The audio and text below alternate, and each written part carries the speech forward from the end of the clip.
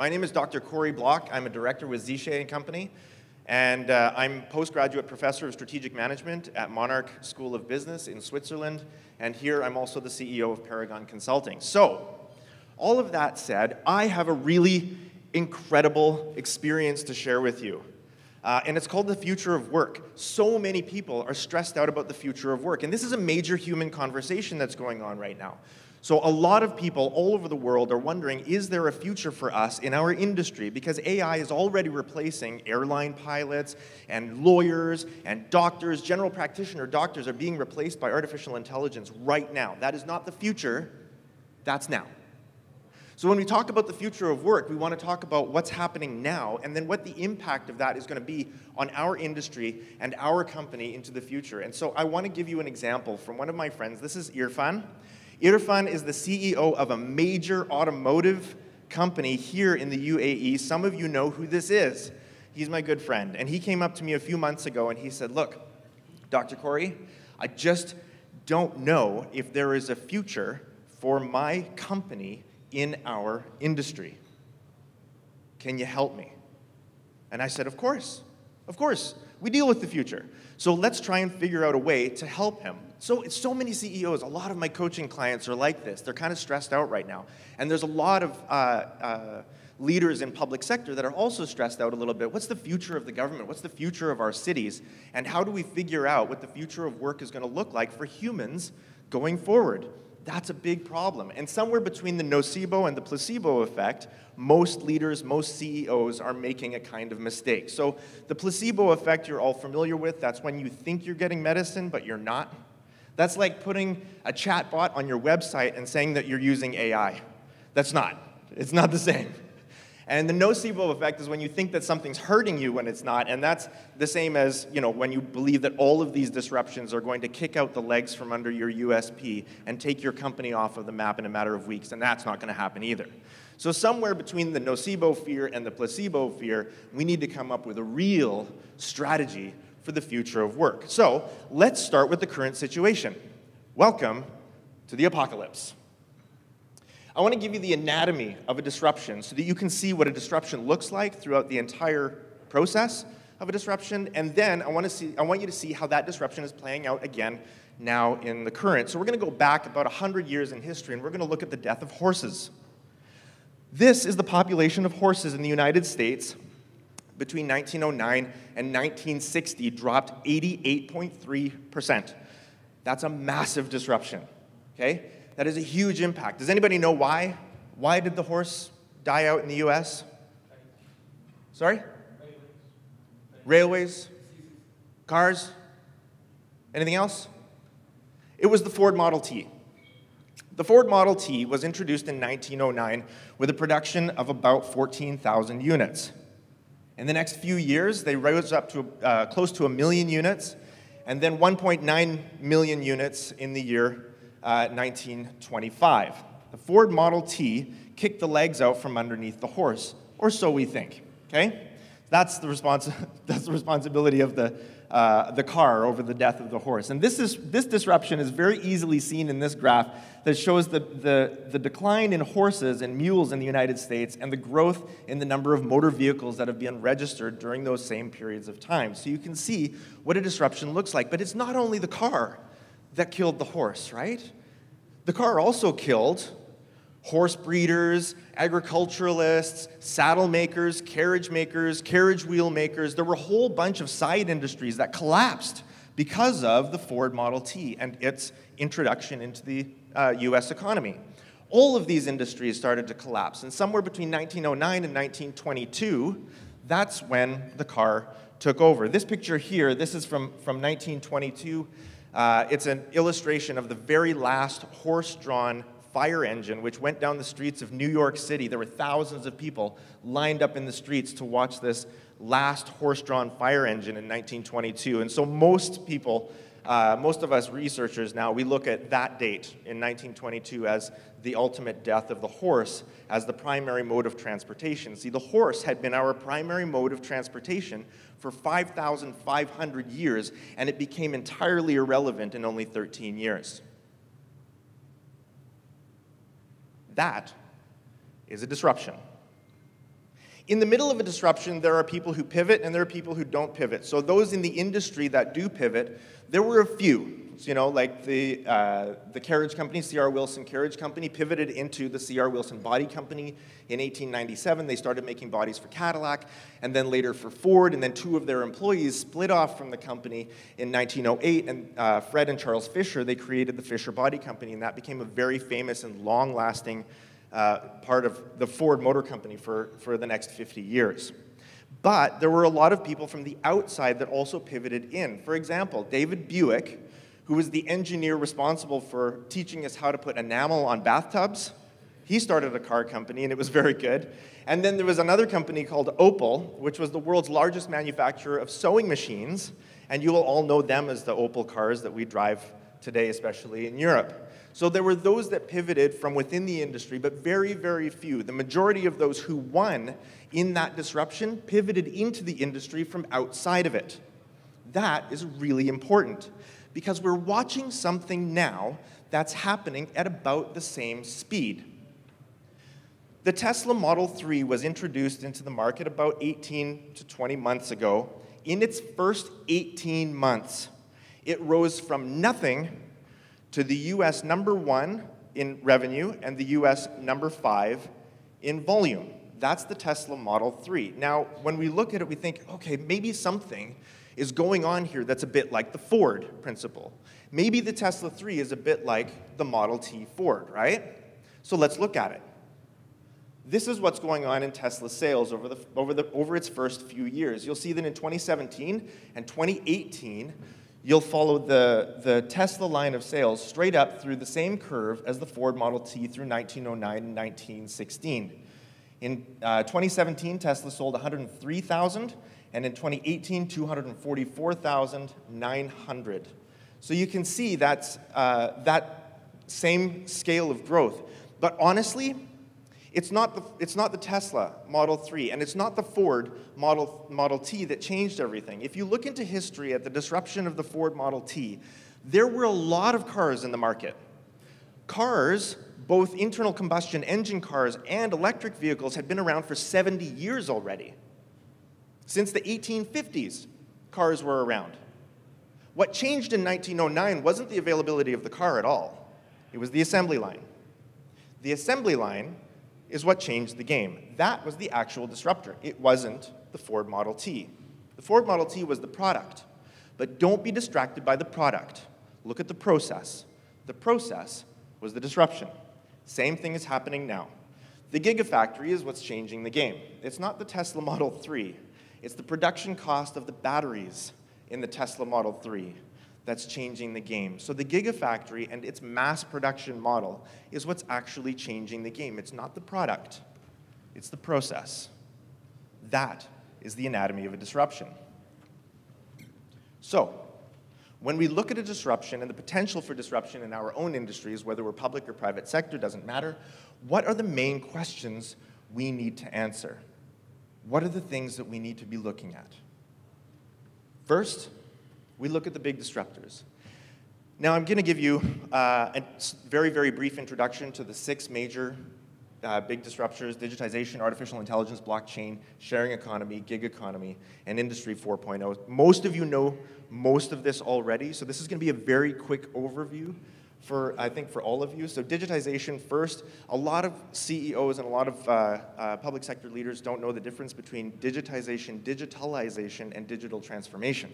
So I can make those clear for you in about 30 seconds. Digitization is the conversion of an analog piece of information into a digital piece of information. Digitalization is the conversion of an analog process into a digital process, and digital transformation is the conversion of an entire system from analog to digital. So for example, you can take an entire government like this: the e-governance, e-tax, X-road, digital ID, i-voting, public safety, blockchain, e-health, and ultimately the e-residency plan of this particular country took place over about a decade. This is a digital transformation process. Does anybody know which country this is? Any guesses? Nope. Estonia. Estonia is a very, very small country. I was actually living there for 8 years. Both of my kids were born there. Wonderful, tiny country, very, very quick changes. And I was living there actually between the e-governance and the blockchain sections. So from e-governance to blockchain, I was there. Very innovative, very amazing form of digital transformation. Cool little country. Anyway, you should visit. So when we move from digitization into artificial intelligence, we need a definition because people don't agree on what it is. And I've chosen Google's. Google's is an interesting definition of artificial intelligence. It says the theory and development of computer systems able to perform tasks normally requiring human intelligence. And the reason why I like Google's definition is because Google is an AI. And so I think that the AI has earned its right to define itself.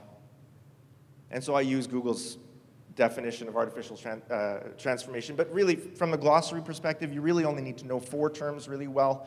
One is artificial special intelligence, ASI, artificial general intelligence, AGI, deep learning and recursive learning. If you know what deep learning is, that's when you feed a whole ton of information to an artificial intelligence, and you teach it to identify things by certain criteria. So it goes through a bunch of pictures, and it says, that's a car, that's not a car, that's a car, that's not a car, that's a car, not a car, that's a car. That's deep learning. Recursive learning is when code, an artificial intelligence algorithm, has the ability to rewrite itself so that it can deliver what it's supposed to deliver more effectively and more efficiently. So if it learns by processing a tremendous amount of information that there's a more efficient way for it to do its job, it can rewrite its own code and then delete the previous code, and that is recursive learning. For the application of artificial intelligence, there's really only 4 main applications. Almost everything we do with AI fits into these things: classification, analysis, prediction, and natural language processing. And just in case you didn't know, artificial intelligence has been flying your Boeing planes for at least the last decade. Almost every pilot on the planet flying Boeing planes spends about 7 minutes at the controls of their Boeing 777. So this is a part of our daily lives. Predictive text in your phone, predictive analytics in your job, these are all parts of artificial special intelligence. The next major disruptor, of course, is blockchain. I don't need to explain to you the process of blockchain. The beauty of it is the decentralization of trust and transparency and the elimination of third parties in really large transactions. I think that is such an elegant solution. Next, of course, is the sharing economy. This you will know as Careem or Uber, where an asset is shared. Airbnb is another great example of an asset being shared between users based on pay-per-use principles. The gig economy is what I work in. This is me. That's me actually at a cafe preparing this particular slideshow. The gig economy is where people avoid being employed by taking smaller short-term contracts in order to stay sharp in their jobs. And more people are doing that. And there's great websites out there for you to find people who are expertly qualified, but working alone or in very small teams, like I do. Industry 4.0 is the development of robotics, 3D printing, artificial reality and virtual reality, augmented reality. These are all parts of Industry 4.0 that are changing the nature of game in manufacturing and human experience. We are able to 3D print burgers, human organs, and houses, and it will not be very long before a good deal of the construction going on in the world is done by an automatic 3D printing arm. So you will see a crane that builds itself up and takes the raw materials and moves them around and slowly but surely builds up an entire skyscraper automatically, pretty much all on its own. That's 3D printing in the real world. We're not very far away from that. Virtual reality is informing the reconstruction of a major site. So all of you have heard of the Notre Dame fire last week. It turns out that the best quality 3D images of Notre Dame in its excellence are in a video game. And so Ubisoft, a company from Vancouver, which is my hometown, has now partnered with Paris to try and reconstruct the Notre Dame Cathedral based on Ubisoft's video games, 3D rendering and detailed modeling of the building that we lost and love. So that is virtual reality and augmented reality working its way into the real world again. So we have these amazing applications in the big disruptors, but how does that impact my friend Irfan? Irfan is in the automotive industry, and so we needed to look at Irfan's particular company and his particular industry and talk about what was Irfan's personal apocalypse. What was his company actually facing, and how do we address it? EV sales in the US increased from 199,000 to 361,000. That's 81% year-on-year increase. At the same time, internal combustion engine sales in China dipped below their, what we'll call the permanent peak. Let me put that in plain terms. There will never, ever be a time, ever in the future anymore, when internal combustion engines outsell electric engines in retail sales in China. Some legislation, some production. There was a lot of major developments and disruptions in China over the last couple of years, and now we've reached the very, very peak of internal combustion engine sales in retail cars in China. It will never, ever again outsell electric vehicles. Waymo in the United States has logged 1.2 million driverless miles last year, so we're collecting driverless miles. These are computers driving cars on our behalf. That will become more and more popular, and I'm really looking forward to it because I'm a terrible driver, and I think driving is a real inconvenience, and I would really much rather be working while I'm driving. So I think I would love to have a driverless car myself, personally. I think that would be the best. In spite of that, sharing economy hasn't yet replaced car ownership, even in its most amazing city, which is Seattle, and that's probably because car ownership is still about 50% cheaper than ride-hailing, but that's going to change. Just think about it. If all of these things come together in the auto industry and we have electric vehicles without drivers on the sharing economy, then we have an army of a whole bunch of cars without drivers that can move around 24 hours a day, no labor costs, very minimal maintenance costs, and electricity is becoming a lot cheaper than petrol. So what's going to happen? I'm not going to care anymore what kind of car I get into. When I step out of my house in the morning and I call a car, I'll just take the next one that comes. Brand is not going to be important unless you have luxury money to spend on a car. And so buying and owning a car might be considered an unnecessary luxury in the future, as most sales drift from individual retail purchases to fleet purchases for automated electric sharing economy fleets. Some of this will be driven by technologies that have not hit the market yet. For example, the zinc bromide flow battery is 3 times greater capacity than lithium ion. It's not yet in the market, but probably another 18 to 24 months, and we'll see that. It's cheaper now to build new solar and wind plants than it is to even operate a coal plant. So CapEx on solar and wind has now outstripped OpEx on coal. So that's now moving us in the direction of renewable energy, which makes charging cars a lot cheaper and a lot faster and a lot more effective. And we have 4, not 1. Remember the one Ford plant that changed everything? It wasn't the Ford Model T, but it was the assembly line. We have 4 gigafactories going up now. Elon Musk thinks that if he builds 100 of them, they should produce enough power to power the entire world, and we won't need any other kind of power. Well, that's an interesting thing. Right now, not in the future, right now, StoreDot has a battery that'll go 300 miles on a 5-minute charge. That's today. That's not the future. That's today. And Great Wall Motors in China is selling their electric vehicle at $8,600 US. That's not the future. That's today. So, when we look at the automotive apocalypse, we have 3 main questions for the future of work for my friend Irfan. In what ways can these challenges disrupt our core business? In what ways can these technologies enhance our core business? And what opportunities exist for us to create new businesses using these technologies? That is the big question. Then he comes to me and he says, Dr. Corrie, with everything that we're going through, with all of these changes happening in our industry all at the same time, we need an answer. We don't know what we're doing. Help us figure it out. So I had to come up with a new strategy for strategy. And it turns out it's a very human experience. It's not big technology, it's not AI, but I did have to figure out a way to do a 3-month strategy program in only 3 days. And that is a pretty disruptive innovation right there. So that's what we did. And we called it the future of work. And the process took us through apocalyptic aid. So this is what we actually did. Apocalyptic aid is how you're going to manage disruptive technologies in your particular industry and in your particular company or your particular sector. So we deal with adaptation, which is changing yourself to adapt to the new norm, innovation, which is changing yourself to lead in the new norm, and disruption, which is actually changing the rules of the new norm. And you can, in fact, change the rules, but you have to be a consistently learning organization in order to do this. And so we had to develop a process called a recursive learning organization.